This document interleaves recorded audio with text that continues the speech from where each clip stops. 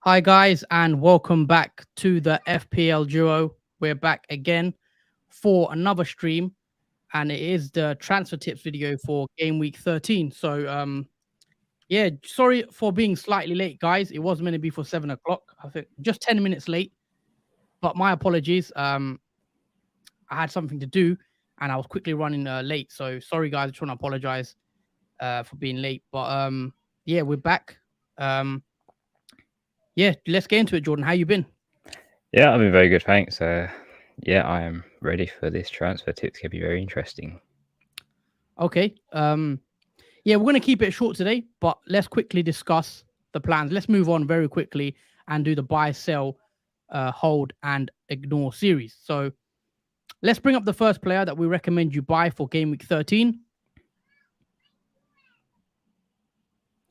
So yeah, guys, the first person on our list as a buy for game week 13 is Phil Foden. Now, Phil Foden's on this list. He has 10 appearances so far this season, and he's also got 6 goals and 4 assists, which is brilliant. You know, he's had a great start to the season. His underlying numbers are also pretty good. His XG per 90 at 0.42 and his expected assist per 90 at 0.20. You take a look at his fixtures, guys. In game week 13, he's got Brighton at home, then he's got Leicester away, then he's got Fulham at home, then Brentford, and then Leeds to end it. Obviously, game week 17, you don't need to really worry too much about that because obviously World Cup in game week 16. So if you look at the next 4 fixtures, brilliant games for Man City and Phil Foden. And he did rise in price last night, so he's now 8.4 million. So hopefully if you did want Foden, you bought him in last night before the price rise. And I think a lot of us did. I certainly did, but we will talk about that in the 8 p.m. stream where we do the team selection video. But yeah, his ownership's just above 23% now. And yeah, he's definitely a buy, isn't he, Jordan?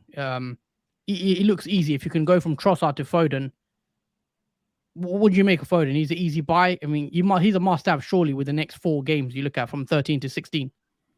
I mean, yeah, after obviously going off topic a little bit, but because of the Saka scare, because this has been between either Saka or Foden, there's a lot of talk about this choice of who to go for. But I think because what happened to Saka yesterday evening, I sort of put Foden into more favours of being brought, especially for the Trossard's swap around. I think Foden is the buy of the week for the replacement of Trossard, who has Man City. So yeah, I think a lot of transfers to Foden. A lot of people are hyped about what he can do against Brighton at home, who have been struggling with the new manager. They haven't won a game yet. They've drew or lost matches, and it's not been the greatest start with the new manager. But I think Man City are going to have a great game, in particular Foden in that match, just because he scored 6 goals, 4 assists behind him, and he looks like he is on form so far. And then with the fixtures following after Brighton, as long as Foden stays where he is, which does look like it, especially after the rest Man City have had. So he's a definite starter, I think, in that Brighton fixture. I do think he is going to excel very well in these next 4 weeks, as long as he plays all those fixtures up to game week 16, which I hope and believe he will. He is set for another price rise either tonight or tomorrow. I think it is going to be tomorrow, leading up to the deadline. So if you haven't got Foden, Another one. Another one. Wow. Okay. He's been brought in a lot in the past few hours. So if you did miss the last price rise, which was last night, you still have a chance to get him at 8.4 before he rises.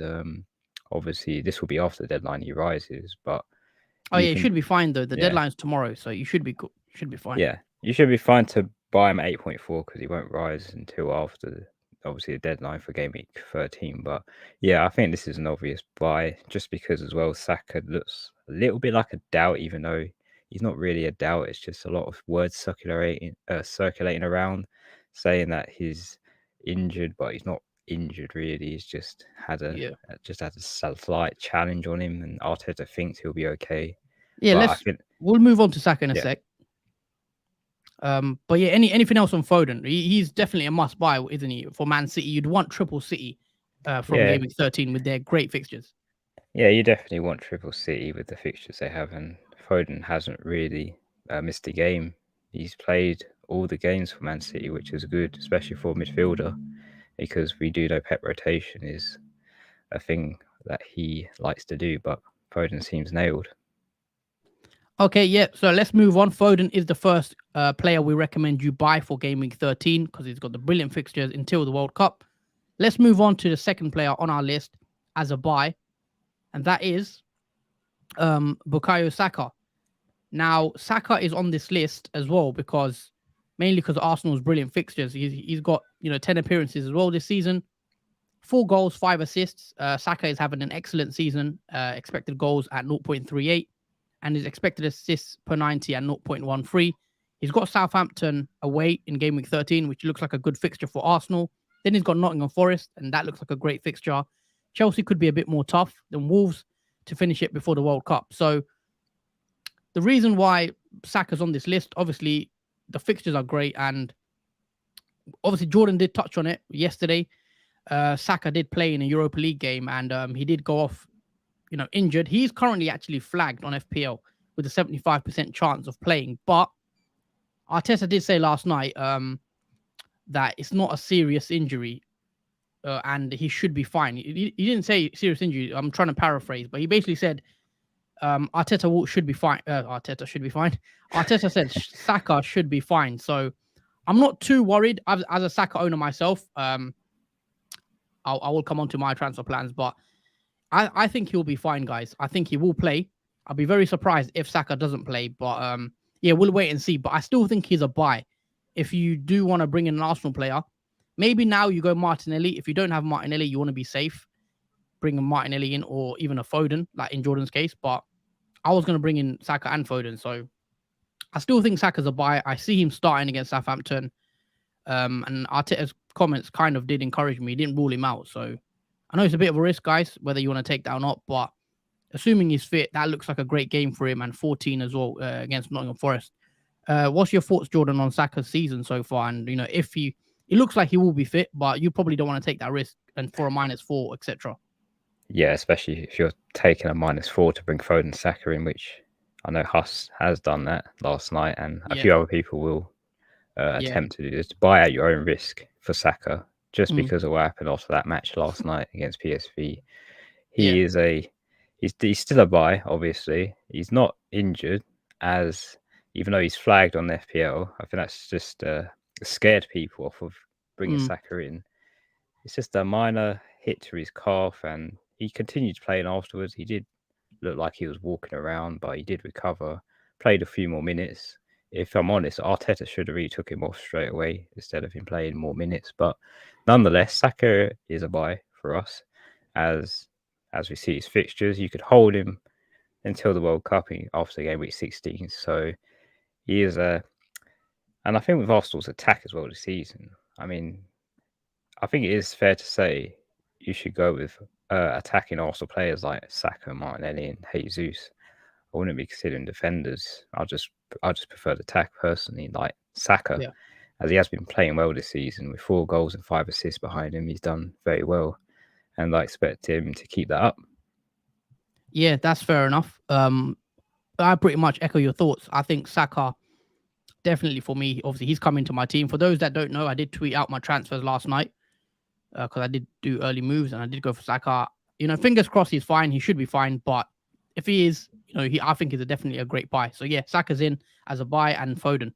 Let's move on to some players that we think you should sell this game week if you do own these players. So the first one on our list is Leandro Trossard.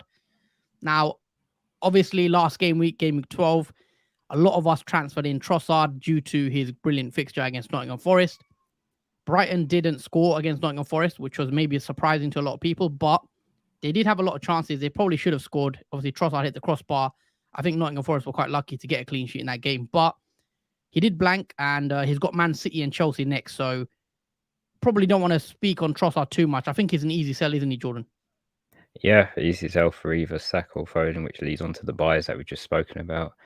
He's definitely not a player you want to keep in your team, especially against Man City away. And I know Brighton as well have been not lacking goals, but they have been lacking the defensively, especially for a defensive team that's done well. With this new manager, it's not been quite the same. So I'd say, yeah, definitely Trossard is an easy sell, especially if you want to get in Arsenal and Man City assets for him, especially. Yeah, I agree. You know, we want Arsenal players, we want Man City players, and he's taken up quite a bit of that money around 6.9 million. So it's better off to move him out and bring in, Martinelli for that price, who's got much better fixtures if you don't own him already. So let's move on to the second player as a sell on our list, and that is his teammate Pascal Gross, who does have quite high ownership at 17.9%. So I thought I'd put him on this list because I still see he's quite fairly high owned. So he's on the list as another sell. I think it's similar reasons to Trossard. The fixtures don't look great. Man City and Chelsea back to back, and then Wolves and Villa looks quite good, but we want to chase the 13 and 14 fixtures in the short term. So he's an easy sell for us as well. He's had a decent season, but I think there's better midfielders to move on to. So yeah, those are two obvious players for us. So yeah, let's move on to some players that we recommend that you should hold on to if you do own. And these are probably players that people are selling, but we think you should give another chance to before getting rid. And the first person as a hold, the first player I should say, is Gabriel Jesus.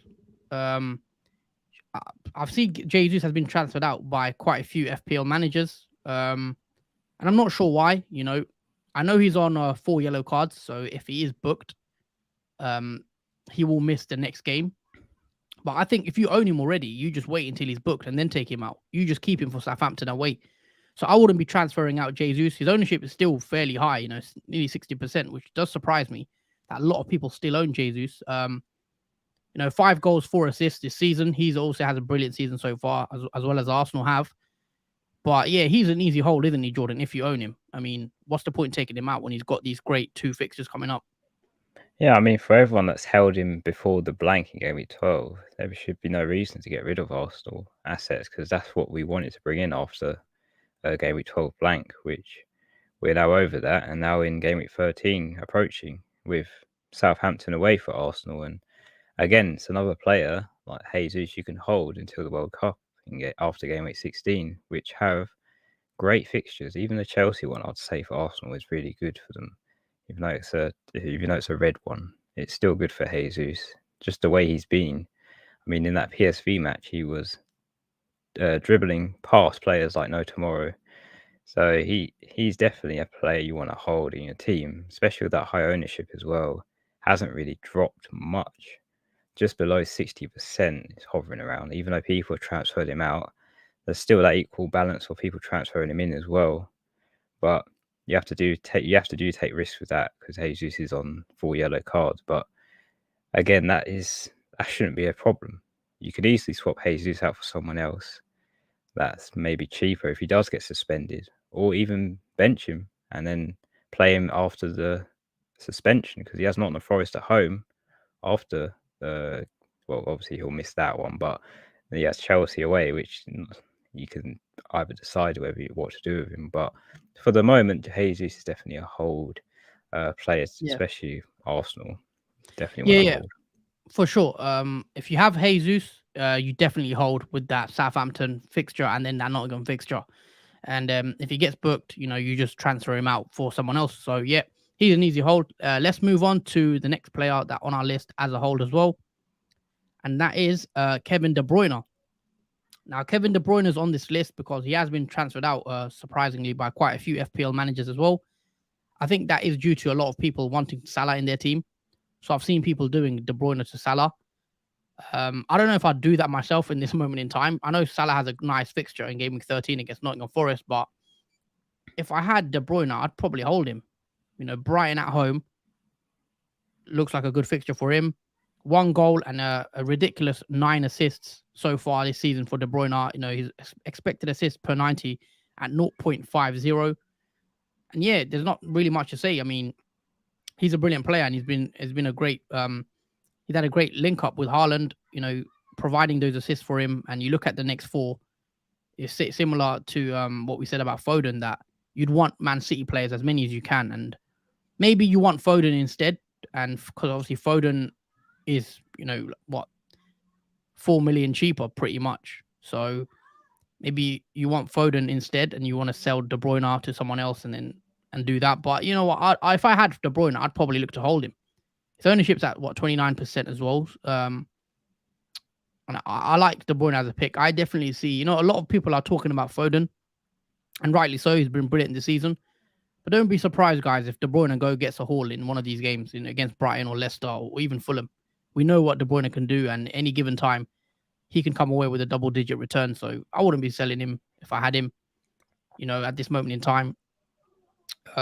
If you want Salah, that's fair enough. That's another debate. But what's your thoughts on De Bruyne, Jordan? Obviously, he had a brilliant start to the season, and you see him getting more points. He's just one of those players that just ticking along.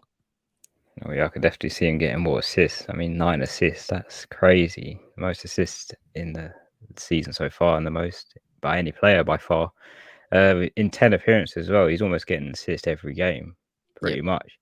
You were saying 1 goal behind him. I mean, it is unlucky he hasn't scored more. The chances he's had, unfortunately, been saved by the goalkeepers.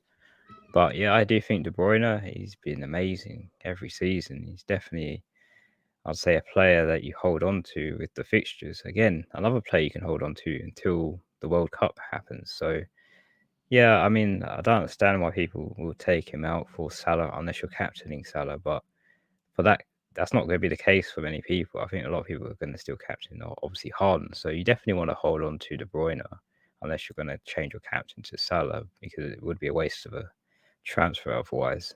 And De Bruyne is easily a hold. I mean, for this fixture as well, you want triple Man City. He's definitely the man you want for that. So yeah, that's my opinion on him.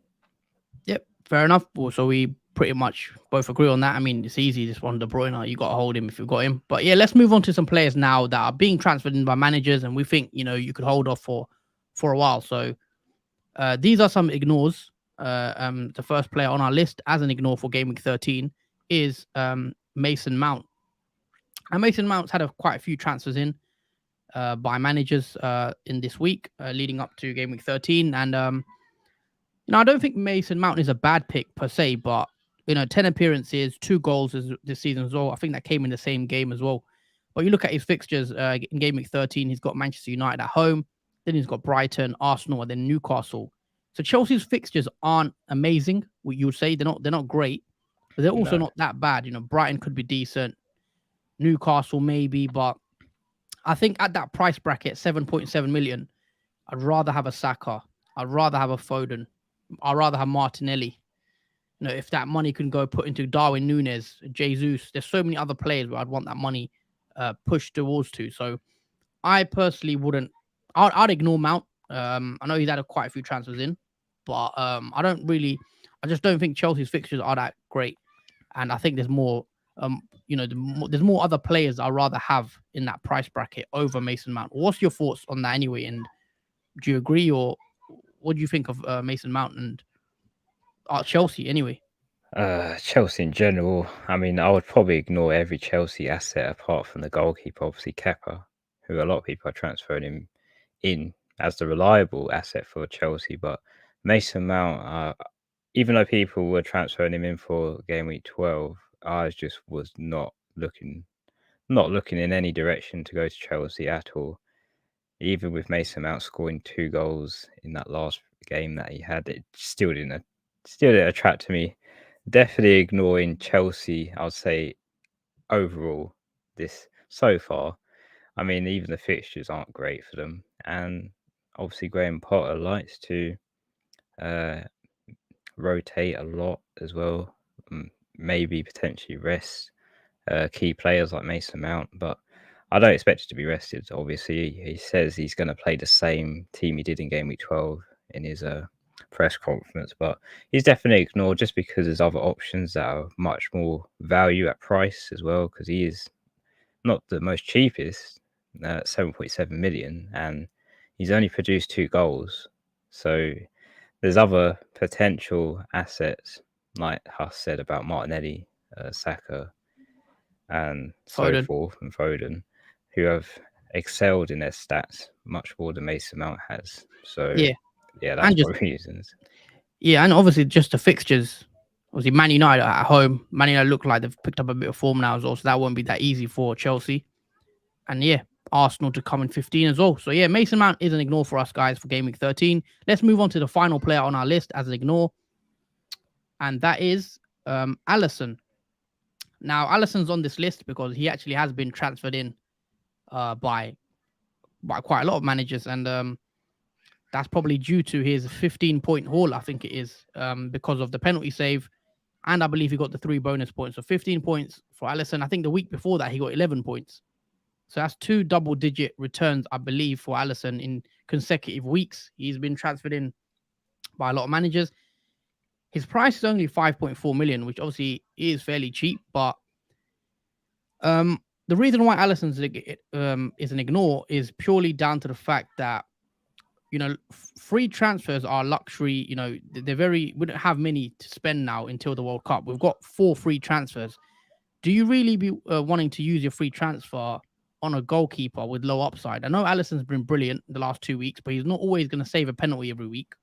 He did save a penalty against West Ham last game, but that's not going to happen every week. So I think with Allison, I wouldn't be wasting free transfers on goalkeepers, moving goalkeepers around. I just think there's no point of that. Even for a hit, I wouldn't want to take a hit to bring a goalkeeper in. So for us, he's an easy ignore. Just keep your goalkeeper, guys. As long as he plays, hopefully you picked a decent one on the wild card. But I wouldn't be wasting free transfers leading up to the World Cup because we've only got 4 left, and they're precious at this moment in time because a lot of our teams need other work.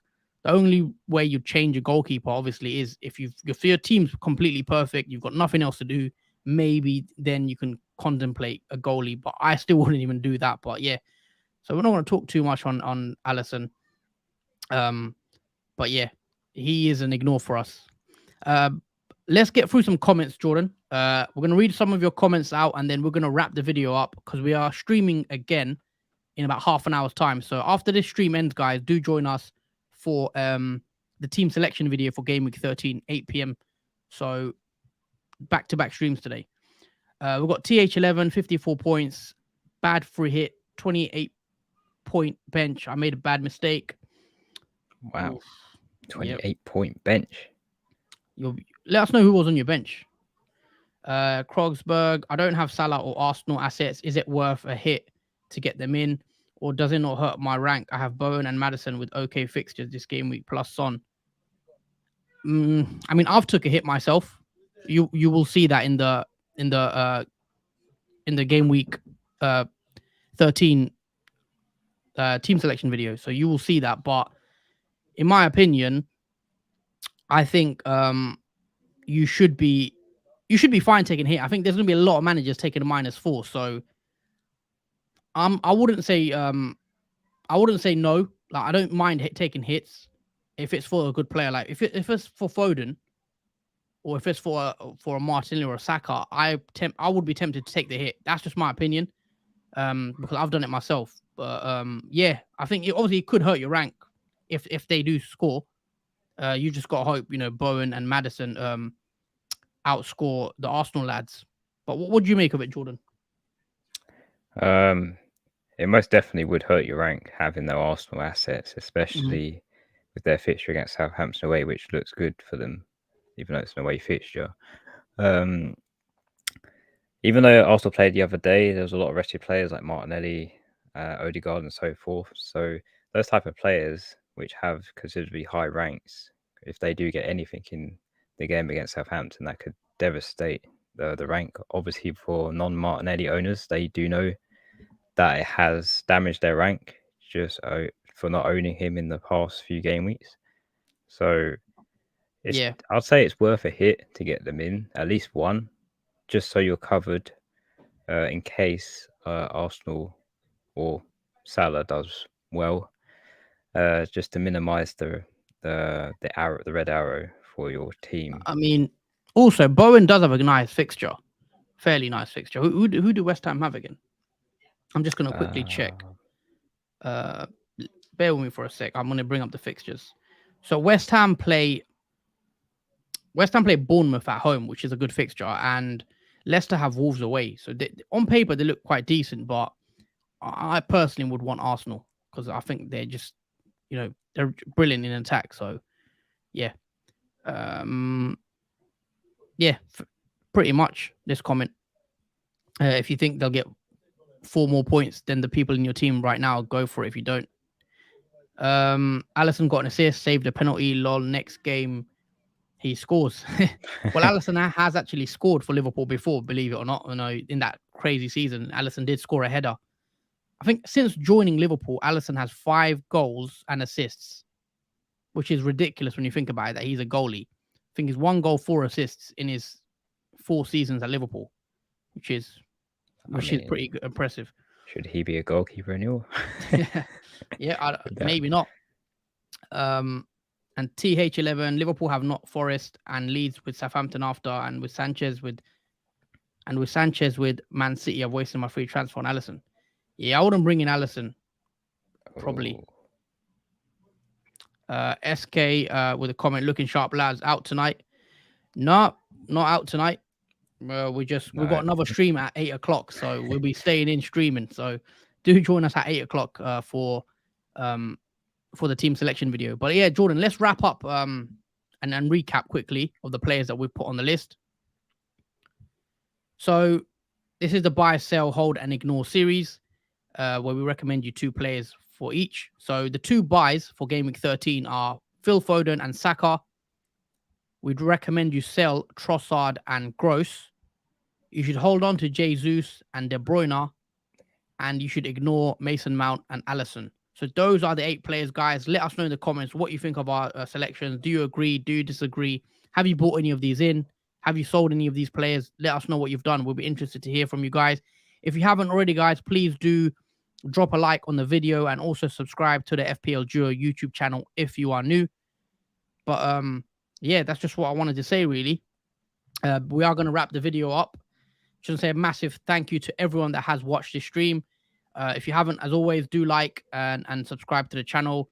Isn't there anything else you'd like to add, Jordan, before we do head out? Not much to add, because we will be obviously back in a few minutes. So yeah, we'll catch you guys soon.